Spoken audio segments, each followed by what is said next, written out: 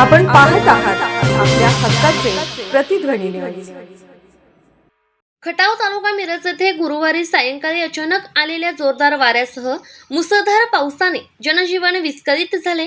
उकाड्याने त्रस्त झालेल्या नागरिकांना या पावसामुळे मोठा दिलासा मिळाला असून परिसरात गारवा निर्माण झाला आहे। मात्र वादळी वाऱ्यामुळे काही ग्रामस्थांच्या घरांवरील पत्रे उडून गेली तर काही ठिकाणी वीज खांब कोसळल्याने नुकसान झाले आहे। नुकसानग्रस्त ग्रामस्थांनी ग्रामपंचायत कार्यालयात संपर्क साधून सरपंच रावसाहेब बेडगे यांच्याकडे पंचनाम्यासाठी अर्ज करण्याची प्रक्रिया सुरू केली आहे। या पावसामुळे ऊस व मका पिकांना दिलासा मिळाल्याने शेतकऱ्यांमध्ये समाधान व्यक्त होत आहे।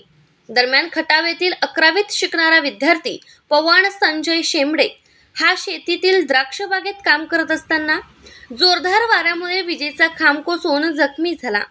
त्याला प्राथमिक उपचारानंतर पुढील उपचारासाठी शासकीय रुग्णालय मिरज येथे पाठवण्यात येणार असल्याची माहिती नातेवाईकांनी दिली।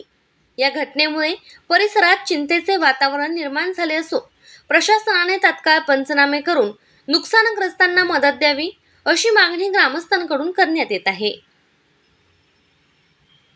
आपण पाहत आहात प्रतिध्वनी चॅनल। अशाच बातम्या पाहण्यासाठी आमच्या चॅनलला सबस्क्राइब करा आणि बेल आयकॉनवर क्लिक करा।